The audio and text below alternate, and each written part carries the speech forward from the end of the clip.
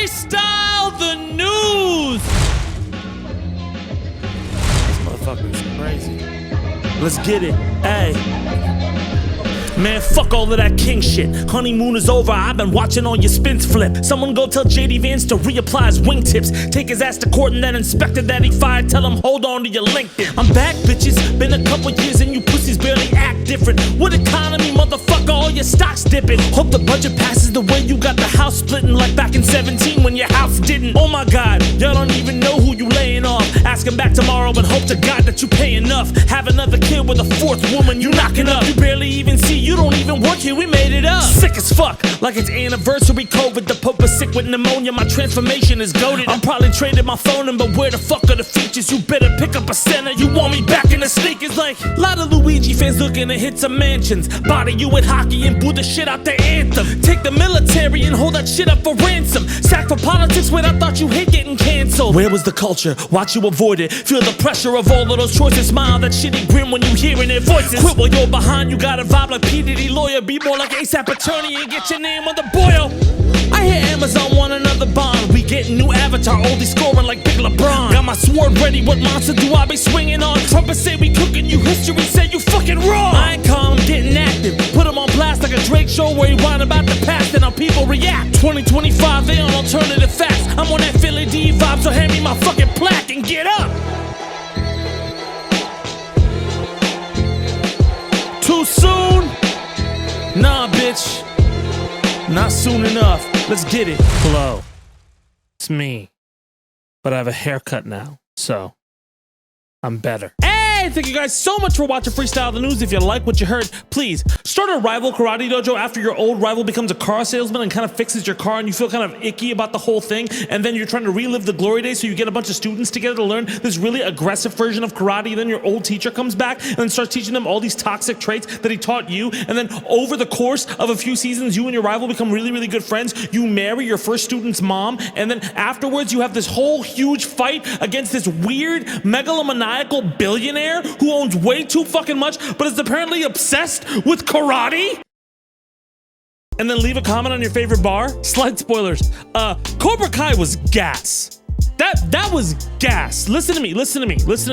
If you're feeling like you need some escapism right now, go fucking watch Cobra Kai, all right? It's so good. It's an incredible redemption story, but Zed, do I need to know about the Karate Kid? No, you don't need to know about the Karate Kid, you weird disembodied voice. I saw the first Karate Kid. I didn't see the other 9 million of them. Okay, I saw one with Hilary Swank, but I forgot about that right afterwards. But that shit was so good. I've started rewatching the series because I had so much fun with it. Oh man, the one good thing that YouTube Red did. We've been off for a week because I was at the Evo Awards last week and I got a haircut like I said in the intro, and a lot of shit has happened. Like one of the things, for example, us reaching 90,000 subscribers. Oh my god, it's fucking crazy. I didn't think that was possible, but it is, and I'm really, really happy that we're there. We're 10K away from plaque, so tell your friends and let's all have a party when it's over, I hope. And the other thing, and you may not know this, it's actually the 1-year anniversary of this album I dropped when I was at Berkeley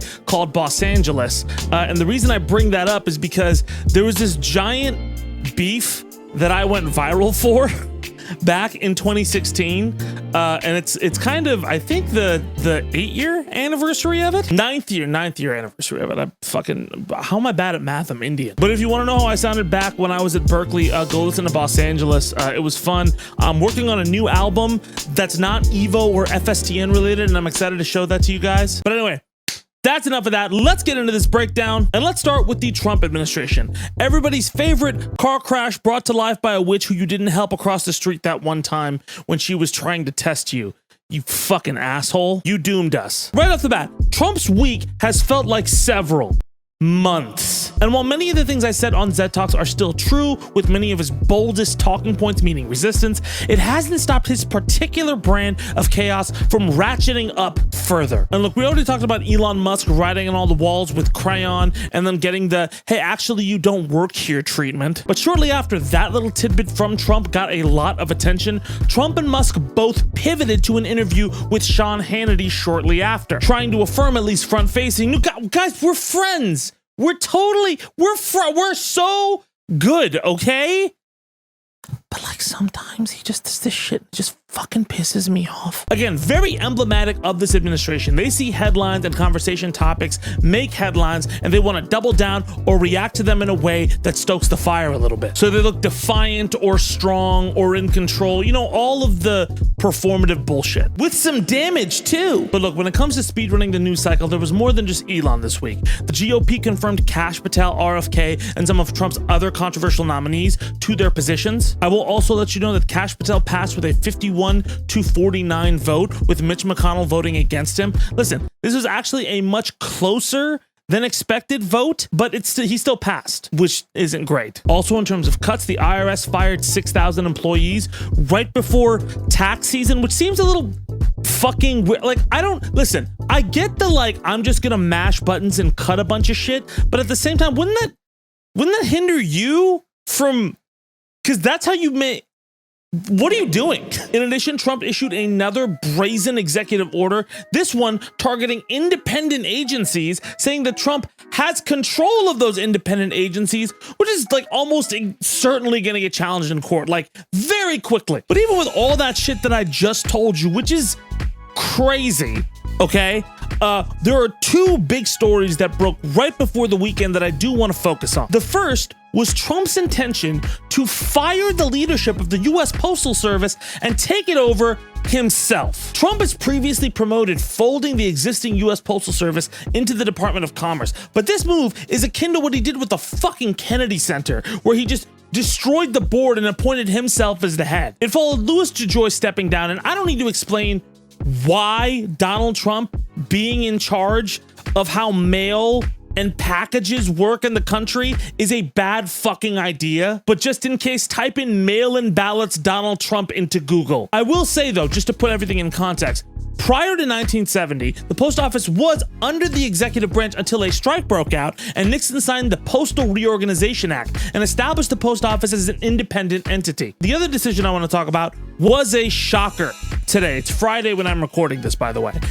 Trump and HEGSETH firing top military leadership and installing someone brand new. Specifically, Trump fired C.Q. Brown, the chairman of the Joint Chiefs of Staff, as well as Admiral Lisa Franchetti, the chief of the Navy. Now, HEGSETH, who by extension was involved in these decisions, has previously criticized Franchetti as a DEI hire. As well, C.Q. Brown spoke out during the George Floyd protests about his own experience with systematic racism. He's also one of the first black people to ever be appointed to his position. But also, replacing C.Q. Brown is John Dan Raisin Cain.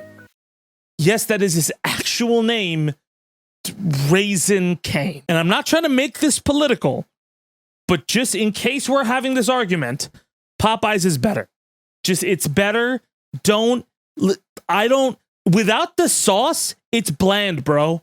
I'm just fucking like, I don't care about fuck Texas toast, all right? Okay? Have a Popeyes chicken sandwich and come back to me, all right? Look, I'm not gonna shit on Cain. I will shit on Raisin Canes though, all right? Angry Chicks, also, way better. Never mind. All right, look, looking at Cain's resume, he's had a pretty long military career and a pretty respected one. But C.Q. Brown was a 4-star general. Cain is not. He's a retired former F-16 pilot. There are articles detailing his service, you know, post 9/11 in Iraq and Afghanistan, and even during the first Trump administration. But look, while there is absolutely always a reason to scrutinize and look closely at public officials, especially this one who's going to be grilled during a pretty fucking crazy Senate confirmation hearing, I can already guarantee that's probably going to be kind of nuts. This headline from the Daily Beast is fucking irresponsible. Their source for Cain wearing a MAGA hat and saying, "I will kill for you," was taken from a rambling ass Donald Trump speech, one of those types of speeches we all criticize as him making shit up about how everybody fucking loves him, like almost in the exact tone everybody, like he did the tone, dude. I have no idea about Cain's politics. I'm sure he's probably more Trumpy than not in this case, but printing headlines like this is deliberately misleading. And fucking why are you believing the guy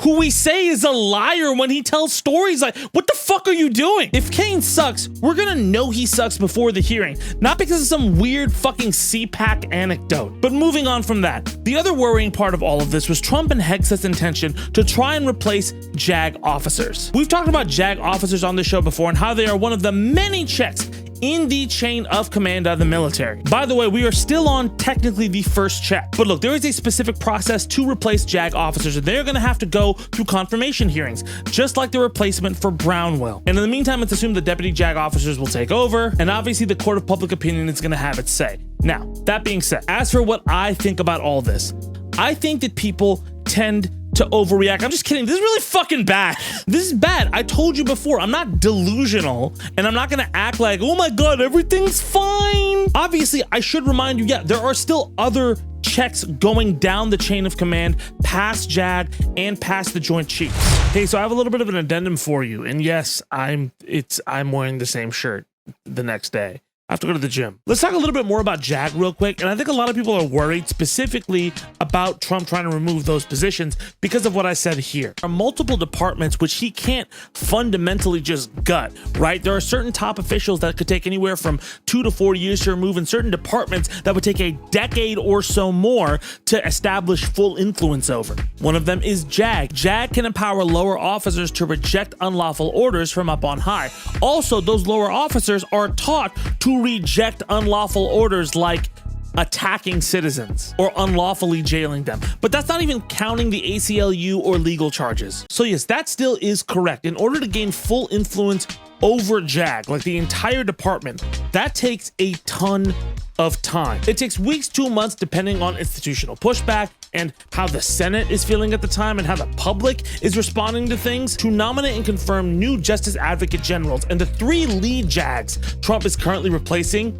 does not mean he is replacing the thousands of other lower ranking military lawyers or JAGs embedded in combatant commands. And speaking of that, combatant commanders and operational units, positions that are not appointees by the president, Trump would face significant institutional resistance to get rid of those. I thought it was clear, but I should have made it a little bit more clear. Yes, he can remove the Joint Chiefs of Staff, he can remove the Navy Admiral like he did, and he can remove those 3 top Judge Advocate Generals. But listen, commissioned officers serve at the pleasure of the president, but can only be involuntarily removed by specific processes like a court-martial or under a military review board. Now, that doesn't mean it's impossible for him to do it, but again, it is true what I said, those take time, and there is a lot of internal resistance to that, right? There's resignations, slow walking, a lot of what you've seen in other institutions which Trump has tried to gut and kind of replace. And look, those resignations and objections aren't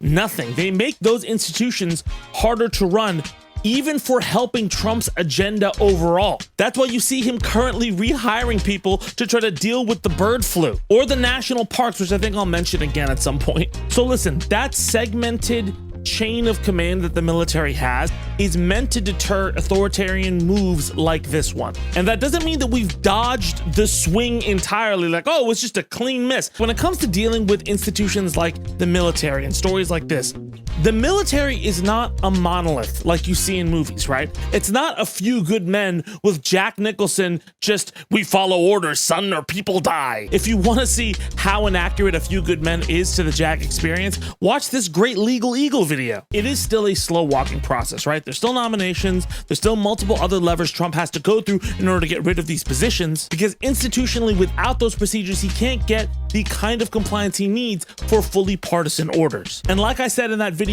it just takes a lot of time. And you can already see how those actions, when relayed through the press and headlines, are having an effect on other tributaries he himself needs to maintain power. And it's a pretty shocking moment. There's a reason they specifically broke it over the fucking weekend, right? But look, we're not even at nominations yet. This is going to be a long play out in general. But even if we knew all this stuff, and even if this JAG process takes time, and even if you have other checks down the line, these shakeups to the post office and top military brass are shocking, right? At a time where Donald Trump's moves pretty much have obliterated whatever honeymoon goodwill he had coming into this. Like, this was a crazy headline to come out on a Friday fucking night. Which, by the way, and this isn't in the script right now, I think that actually may be a strategy. I realized like an hour or two ago, there's a lot of news that they are breaking almost every single Friday night after a lot of press rooms are home or someone off the clock. So the kind of coverage you get is somewhat cursory, and it tends to be a lot more frantic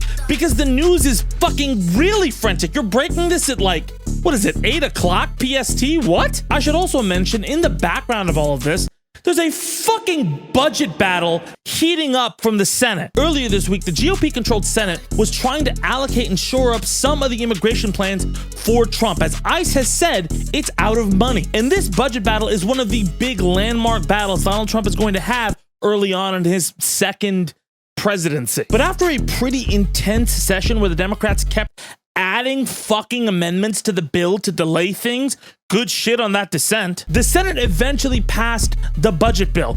However, it now goes to the slim as fuck majority in the House, which will be an incredibly difficult battle to push things through, as these House members are starting to learn when they go to their town halls. It requires in-person voting registration with a birth certificate that matches your current legal last name. It is voter suppression. It is not a bipartisan solution.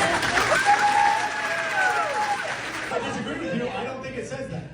Are you I don't think it disenfranchises you. You can yell all you want, or we can have a discussion, and you can come in, we can actually go over the law. Okay, now go tell them that they have to smile and say all that military shit was okay. This is such an insanely aggressive move. Like, earlier in the first version of this breakdown, I talked about this Project 2025 tracking site. Spoiler alert, while I think this is a useful tool, I don't entirely trust this site. There are a bunch of things on there that say complete that are vague in what their criteria are for completion, or some of the things that they say complete are actively being pushed back against or being challenged in court and are ongoing as we speak. But this whole thing just gives the impression like, oh, we're 35% to Hitler, but at the same time, a lot of the things that they say are complete are not complete. However, this move right here would definitely count as a Project 2025 power grab. Like, exactly. And I told you when shit gets crazy, I'm not going to sugarcoat it. I'm going to let you know. And this is something that you should worry about. Does that mean all is lost? No. Okay, like it's not a binary thing. But your bully is outside of your house looking at your bike. Get away from there, Chad.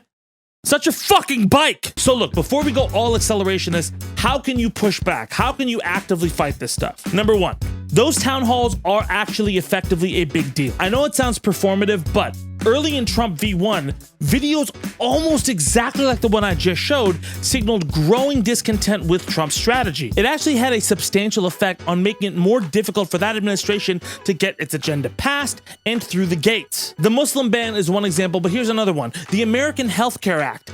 Before John McCain voted down the attempt to gut Obamacare, Trump tried to replace Obamacare in the House with the American Health Care Act. It was his alternative to Obamacare. It's Trump care. But the amount of pressure and scrutiny at town halls and across the country through protests forced Trump to withdraw the bill out of embarrassment and a lack of votes. Those House members knew their constituents weren't going to be happy because the Affordable Care Act was now popular again. And I even mentioned the governor of Maine talking that shit to Trump, saying that she will not comply with federal statutes that go against trans people, saying, hey, Trump, see you in court. Trump hit back trying to investigate her Title IX status, but she's not backing down. Also, like I said earlier in the week, the administration is backpedaling on some of its cuts, like for the nuclear experts who they fired, and also the National Parks Department. Shout out Leslie Knope. And I actually didn't mention this earlier, and we will hopefully get to talk to them in a couple weeks,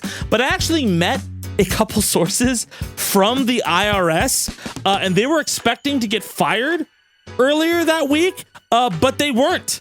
And they're puzzled by all of this a little bit. So it shows there may be some hedging. This was also coupled with the news on Friday that the SCOTUS had maintained a pause on Trump's bid to fire the watchdog agency head, which means he gets to keep his job currently, which the way the ruling is laid out is a signal that the court isn't just a snap your fingers easy sell for executive privilege, as Trump had hoped. Also, another judge blocked another executive order by Trump on his DEI cuts, and the AP is suing on First Amendment grounds to gain access back into the press pool. Look, over the last week, there are a lot of people in my comments who want to argue we're all cooked and that I am somehow believing everything Trump says, and I just hope he abides by this piece of paper.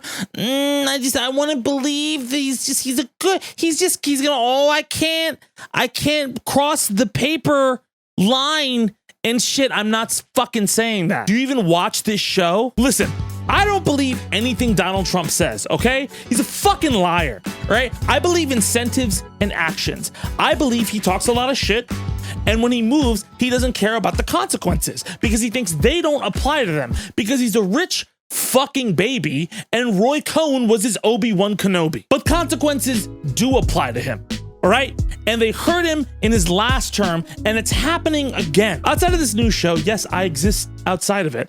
I've been in a few competitive spats, and yes, very public beefs. And you should know, anytime it's you versus another person or entity, and you're going against each other with reputation or something substantial on the line, you can't only think of what you do during your turn.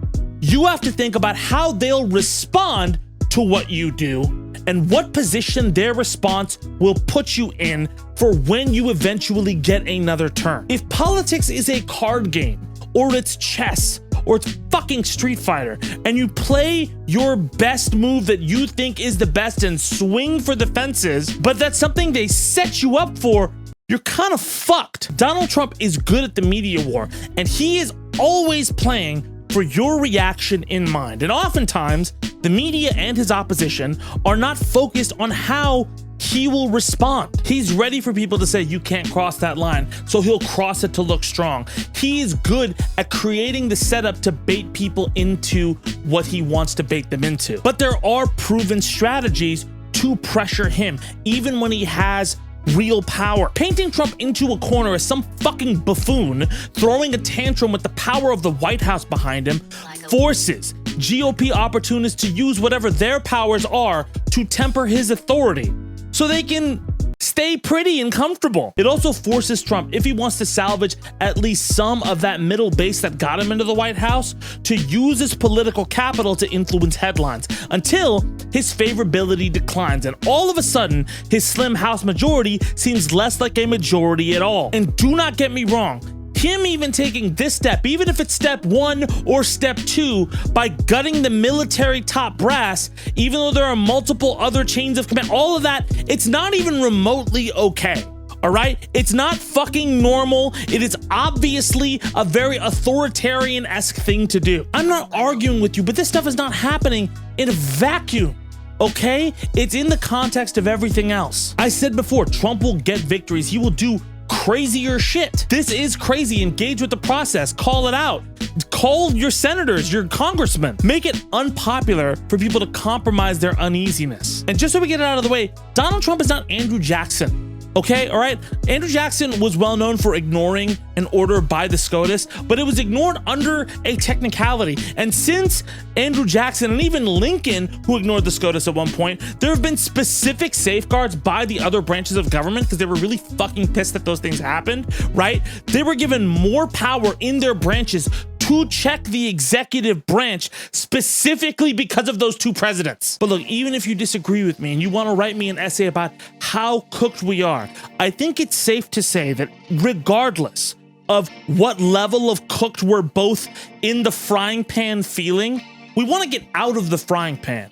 And I want to help lift you out of the frying pan with me. So if that's the case and we're fighting this big orange piece of shit together, we should use every option available to us. I'm giving you the way to fight him through the media war and other things, which tend to be his biggest strengths, right? I'm always trying to take people's advice on how to do better, as I hope you'll take mine, because we are not cooked. This is bad, but we have to fight it, and you can fight it. All right? When you're slaying a racist dragon, he's not just gonna be like, all right, bro, just go for, I'm slain. He's gonna thrash around. He's gonna breathe fire. He's gonna melt the fucking gold in the lair. He's gonna break the pillars. He's not gonna make it easy. But when his turn is up, it's yours, and you have to be ready for where you are on your turn. Because I didn't hear no fucking bell. Let me know what you think in the comments. All right, I have one more mini story before we go, and it's more of a congratulations than anything. But very quickly, I gotta give a shout out to the reason this show is what it is right now, Philip Defranco. So you see, on Friday, Pew Research Center released a study about media sources and who people trust in media. And at the top of the influencer media list was Phil. Our good buddy, Philip Defranco, over people like Tucker Carlson and Ben Shapiro and Joe Rogan. Good old Phil. And he absolutely fucking deserves it. Listen, people who've been watching the show over the last couple years know that the only reason I get to do this at all is because Phil found me on TikTok. I learned so much from Phil, and I know that a lot of people have their own opinions of him and what he does, but as somebody who has worked with his staff and seen how everything goes, he's incredibly disciplined. He strives to make sure things are in context, and he's one of the few people who tries to give you as verifiable of facts as he can, while also taking a look at the broader reactions of everybody involved, so you know how the whole media ecosystem is taking the news. I just want to give a shout out to my dude. I texted him, I will receive a reply text in a month, because that's what happened last time. I was like, hey man, I hope you're doing well. And then 2 months later, oh bro, I just missed this. Oh, thank you so much. But Phil's amazing, congrats. And if you like this show, check out his if you don't already watch it. Although I feel like there's already a big crossover. And that's our show. Thank you so much for watching. Remember to like, comment, subscribe. Go watch Zaid Talks. I delayed Griff Watch again. I'm so sorry for delaying it. I did a poll. A lot of people want me to do Jubilee. I think that's going to be our second episode. I feel a lot more comfortable exploring them. And when the time is right, I'll release the Harry episode. Or I'll add to it. But anyway, my name is Tabani. Thank you guys so much for watching, and I'll see y'all soon. Let's go!